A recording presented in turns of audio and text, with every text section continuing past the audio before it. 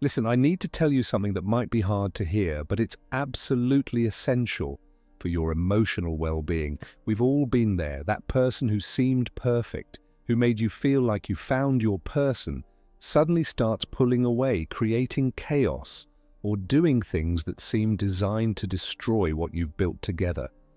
And when they inevitably return, as they almost always do, you're left wondering if you should give them another chance. Here's the truth. While many avoidant behaviors stem from genuine trauma and can be worked through with the right partner and circumstances, there are certain self-sabotaging actions that cross lines so fundamental that they reveal character defects beyond any attachment wound. These aren't just red flags. They're absolute deal breakers that indicate someone lacks the basic empathy, integrity, and respect necessary for healthy relationships, regardless of their psychological explanations or past traumas. Understanding the difference between self-sabotaging behavior that comes from deep-seated fear of intimacy versus behavior that stems from fundamental selfishness and manipulation becomes crucial when evaluating whether someone deserves another opportunity in your life. Genuine avoidant patterns, while challenging, can be worked with when the person demonstrates authentic remorse, accountability, and willingness to change. But certain self-sabotaging behaviors cross lines that no amount of attachment healing can excuse, revealing character defects that make healthy relationships impossible. Today I'm going to walk you through 5 specific ways avoidant self-sabotage that should immediately disqualify them from any future consideration. These behaviors go beyond typical push-pull patterns or emotional unavailability. They represent fundamental character flaws that will destroy any relationship, regardless of how much healing work is done. The first devastating form of self-sabotage is when they deliberately create artificial crises to justify their exit from intimacy. This isn't about getting overwhelmed by closeness and needing space. This is about manufacturing problems that don't exist to give themselves permission to run. They'll pick fights over trivial matters, create drama where none exists, or suddenly develop concerns about the relationship that they've never mentioned before. The timing is always suspiciously convenient, right when things are getting deeper, more committed, or more real. This behavior reveals someone who is so terrified of genuine intimacy that they'll literally sabotage their own happiness to avoid it. They can't simply communicate their fears or ask for what they need. Instead, they choose to burn everything down and make you the villain in their story. They'll convince themselves that your perfectly normal relationship expectations are actually signs of incompatibility, that your desire for emotional connection is somehow suffocating, or that your investment in the relationship is evidence of your instability. What makes this particularly insidious is how they'll present these manufactured crises as rational concerns. They'll say things like, "I'm just being realistic about our differences," or "I'm trying to be honest about what I need," when in reality, they're creating problems to give themselves an escape route. They turn normal relationship conversations into evidence that you're incompatible, transform your expressions of love into signs of codependency, and twist your desire for consistency into proof that you're controlling. This behavior differs fundamentally from genuine avoidant patterns because it's rooted in deception rather than fear. A truly fearful avoidant might pull away or struggle with intimacy, but they don't manufacture fake problems to justify their behavior. They might need reassurance, patience, or space to process their emotions, but they don't create artificial crises to give themselves permission to sabotage the relationship. The person who deliberately creates problems to justify their exit is showing you that they view manipulation as preferable to honest communication. They'd rather destroy your peace of mind and emotional security than admit they're scared. This reveals someone who prioritizes their own comfort over your well-being, who chooses deception over vulnerability, and who lacks the basic integrity necessary for intimate relationships. When they return, and they will return, they'll often act as if these manufactured crises were legitimate relationship problems that needed to be addressed. They'll frame their return as evidence of their commitment to working things out, never acknowledging that they created the problems in the first place. This gaslighting is designed to make you question your own perception of reality and accept responsibility for problems you didn't create. Don't let them rewrite history. Someone who manufactures crises to justify their fear of intimacy will continue to create chaos whenever things get too real. They're telling you that they view your relationship as something to be escaped from rather than something to be treasured. This isn't attachment trauma, it's fundamental dishonesty that disqualifies them from serious consideration. The second form of self-sabotage that should immediately end any possibility of reconciliation is when they use your vulnerabilities against you during conflicts. This goes beyond typical relationship arguments or even harsh words spoken in anger.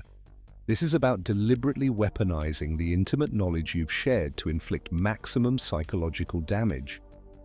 When you open your heart to someone, you're sharing your deepest insecurities, your past traumas, your fears, and your hopes. You're trusting them with the most vulnerable parts of yourself, believing they'll handle this information with care and respect. The avoidant who self-sabotages by using these vulnerabilities against you is showing you exactly who they are beneath their charming exterior. They'll attack your physical appearance when they know you're insecure about your body. They'll mock your career ambitions when they know you're struggling with self-doubt. They'll bring up your past mistakes when they know you're working to overcome them. They'll dismiss your dreams when they know how much they mean to you. This isn't about being overwhelmed by intimacy, it's about being cruel enough to destroy someone who loves you. This behavior reveals someone who views your vulnerability as a weakness to be exploited rather than a gift to be cherished. They collect your insecurities like weapons, storing them away for future use when they want to hurt you. The person who does this has a fundamental empathy deficit that goes far beyond attachment trauma. They not only lack the ability to protect your emotional well-being, but they actively choose to destroy it. What makes this particularly devastating is that it poisons the very foundation of intimacy. Once someone has shown they'll use your vulnerabilities against you, you can never be truly open with them again. Every time you share something personal, you'll wonder if it will be used as ammunition in the next conflict. This creates a dynamic where genuine intimacy becomes impossible, because intimacy requires safety and they've proven they can't provide that safety. The excuse that they were just angry or didn't mean it doesn't justify this behavior. Healthy people don't respond to emotional pain by deliberately trying to destroy their partner's sense of worth. Even in the heat of intense conflict, people with basic empathy maintain boundaries about what's acceptable to say and do. They might say things they regret, but they don't systematically attack their partner's deepest insecurities. This behavior also reveals someone who views relationships as battles to be won rather than partnerships to be nurtured. They're more interested in being right than being connected, more invested in winning the argument than preserving the relationship. They measure their success by how much damage they can inflict rather than how much healing they can provide. When they return, they'll often minimize this behavior or claim they were just being honest about their feelings. They'll say things like, "I was just expressing my frustration," or "I didn't mean for it to come out that way," as if weaponizing your vulnerabilities was an accident rather than a deliberate choice. Don't let them gaslight you into believing that their cruelty was somehow justified or unintentional. Someone who uses your vulnerabilities against you has shown they're fundamentally unsafe for intimate relationships. They've proven they'll sacrifice your emotional well-being for their own temporary satisfaction. This isn't about attachment wounds that can be healed, it's about character defects that make healthy relationships impossible. The third devastating form of self-sabotage is when they deliberately betray your trust to create distance. This isn't about making mistakes or having poor judgment. This is about consciously choosing to violate your trust because they're more comfortable with the chaos of betrayal than the vulnerability of genuine connection. They might share your private information with others, knowing you trusted them to keep it confidential. They might deliberately flirt with other people in your presence, knowing it will trigger your insecurities. They might make important decisions without consulting you, knowing you value partnership and collaboration. They might lie about small things that don't matter, creating an atmosphere of uncertainty and doubt. This behavior reveals someone who is so threatened by intimacy that they'll deliberately sabotage the trust that makes intimacy possible. They can't handle the weight of your faith in them, so they choose to destroy it rather than honor it. They'd rather deal with your anger and disappointment than your love and trust, because anger feels safer than vulnerability. What makes this particularly tragic is that trust is the foundation of all healthy relationships. Without trust, you can't build the emotional safety necessary for genuine intimacy. The person who deliberately betrays your trust is essentially declaring that they'd rather have a chaotic, superficial connection than a deep, meaningful one. They're choosing drama over peace, conflict over harmony, and distance over closeness. This behavior also reveals someone who views your trust as a burden rather than a gift. Instead of feeling honored by your faith in them, they feel trapped by it. They see your expectations of honesty and reliability as constraints on their freedom rather than expressions of your love. This perspective makes them fundamentally unsuited for committed relationships. The deliberate nature of this betrayal is what makes it unforgivable. They're not accidentally violating your trust. They're choosing to do so because it serves their emotional needs. They create distance through betrayal because it's easier than communicating their fears or working through their attachment issues. They sacrifice your emotional security for their own comfort, which reveals a level of selfishness that disqualifies them from serious consideration. When they return, they'll often minimize their betrayals or claim they were just trying to maintain their independence. They'll say things like, "I wasn't trying to hurt you," or "I just needed some space," as if betraying your trust was a reasonable way to address their needs. Don't let them convince you that their deliberate violations of your trust were somehow justified or necessary. Someone who deliberately betrays your trust to create distance has shown they're more comfortable with chaos than with love.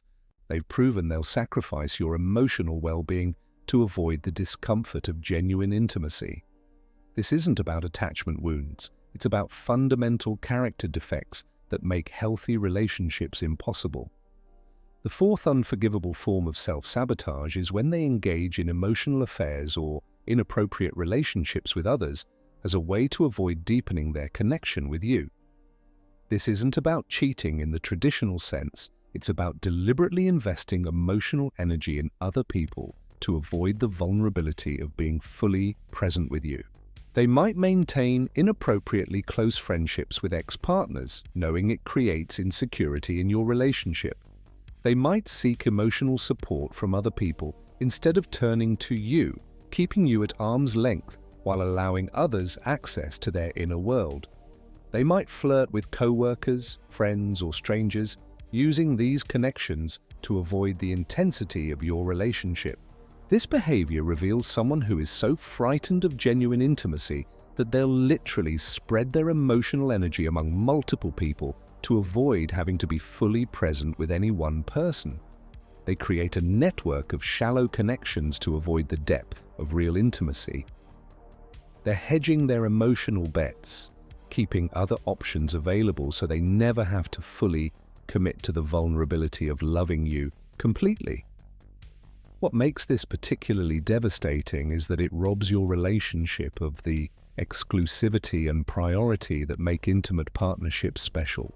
When someone is giving their emotional energy to multiple people, they're not able to show up fully for you. They're essentially treating your relationship as one option among many, rather than recognizing it as something unique and irreplaceable. This behavior also reveals someone who views emotional intimacy as a resource to be rationed rather than a gift to be shared. They're so afraid of putting all their emotional eggs in one basket that they never allow themselves to experience the profound connection that comes from being fully present with one person. They sacrifice the depth of real intimacy for the illusion of safety that comes from emotional diversification. The excuse that they're just maintaining friendships or that they need multiple sources of emotional support doesn't justify this behavior. Healthy people understand that committed relationships require prioritizing your partner's emotional needs while maintaining appropriate boundaries with others. They don't use other relationships as a way to avoid the vulnerability of being fully present with their primary partner. This behavior creates a dynamic where you're constantly competing for your partner's emotional attention. You're left feeling like you're not enough, like you're just one member of their emotional support team rather than their primary partner. This erodes your sense of security and makes genuine intimacy impossible because you never know where you stand in their emotional hierarchy. When they return, they'll often claim that these other relationships were just friendships or that they needed emotional support during difficult times.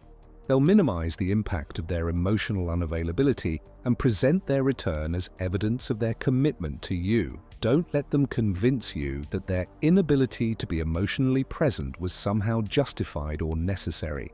Someone who engages in emotional affairs or inappropriate relationships to avoid intimacy with you has shown they're fundamentally incapable of the exclusivity and priority that healthy relationships require.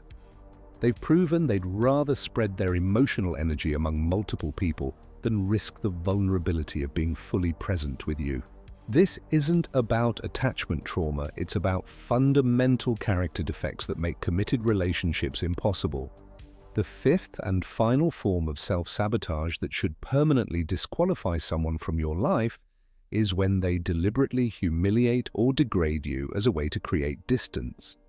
This goes beyond typical avoidant behavior or even harsh words spoken in anger. This is about deliberately attacking your dignity and self-worth to make intimacy impossible. They might embarrass you in front of friends, family, or colleagues, using public humiliation as a way to create artificial distance.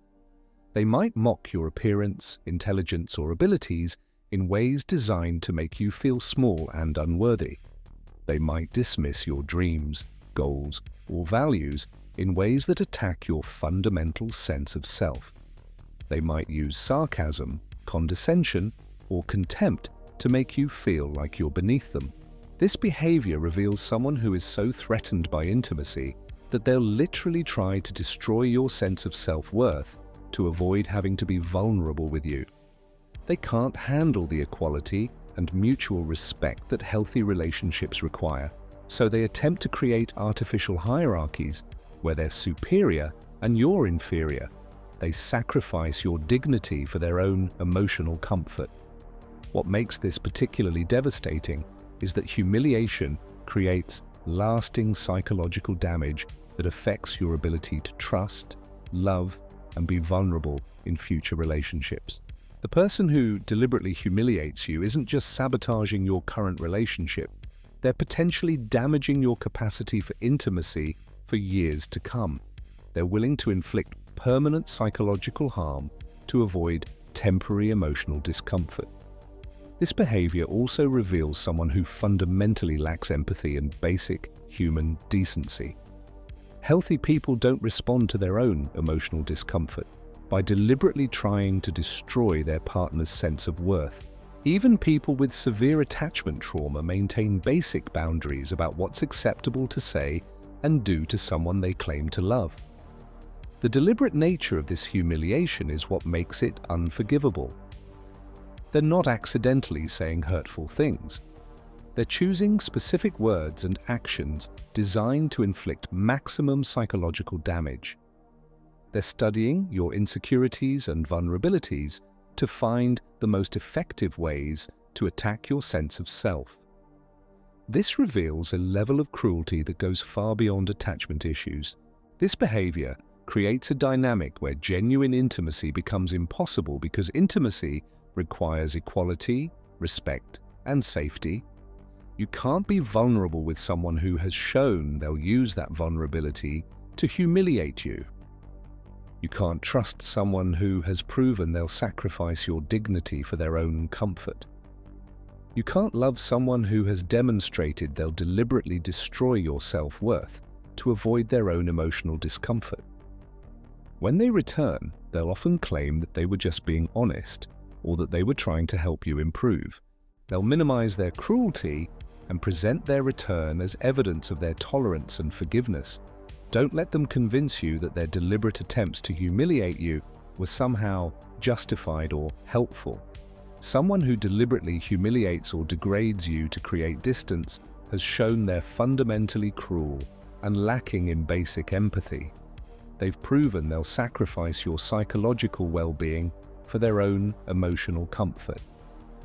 This isn't about attachment wounds that can be healed. It's about character defects that make healthy relationships impossible. The bottom line is this: these 5 self-sabotaging behaviors represent absolute deal-breakers that transcend attachment styles and indicate character defects that make healthy relationships impossible.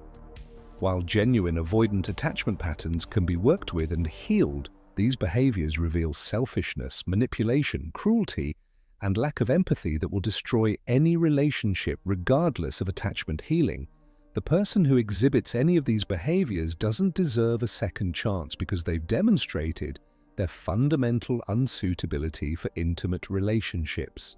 Taking them back teaches them that they can engage in destructive behavior without serious consequences, which encourages repetition of these patterns. They learn that they can manufacture crises, weaponize vulnerabilities, betray trust, engage in emotional affairs, and humiliate their partners without losing access to love and connection. You deserve a partner who treats you with basic respect, empathy, and consideration, even during difficult times. You deserve someone who views your trust as a gift to be honored, your vulnerabilities as treasures to be protected, and your love as something irreplaceable and sacred. Don't sacrifice your standards or compromise your worth for someone who has proven themselves incapable of meeting the minimum requirements for healthy relationships. These behaviors aren't about fear of intimacy that can be worked through. They're about fundamental character defects that make genuine connection impossible. They reveal someone who is more comfortable with chaos than with love, more invested in self-protection than in partnership, and more willing to cause harm than to create healing. When someone shows you who they are through these devastating forms of self-sabotage, believe them. Don't make excuses for their behavior, don't minimize the damage they've caused, and don't convince yourself that their return means they've changed. Character doesn't change overnight, and people who are capable of this level of cruelty and manipulation will repeat these patterns in any future relationship. Show no mercy to those who have shown no mercy to you. Protect your heart, honor your worth, and choose partners who demonstrate through their actions that they're capable of the respect, empathy, and integrity that healthy relationships require. You deserve nothing less than someone who celebrates your vulnerability rather than weaponizing it, who honors your trust rather than betraying it, and who builds you up rather than tearing you down. Remember, genuine love doesn't require you to sacrifice your dignity, compromise your values, or accept cruelty as the price of connection. The right person will make intimacy feel safe, not dangerous. They'll make you feel more yourself, not less. They'll add to your life, not detract from it.